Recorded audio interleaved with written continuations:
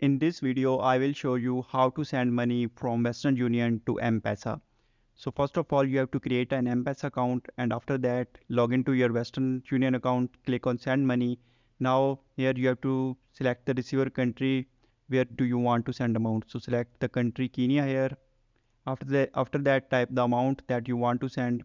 So here you have to select the mobile wallet. This is important. Simply select the mobile wallet, and here select the paying method like credit card, debit card, or bank account. Click on continue. Hereafter you will move to this page.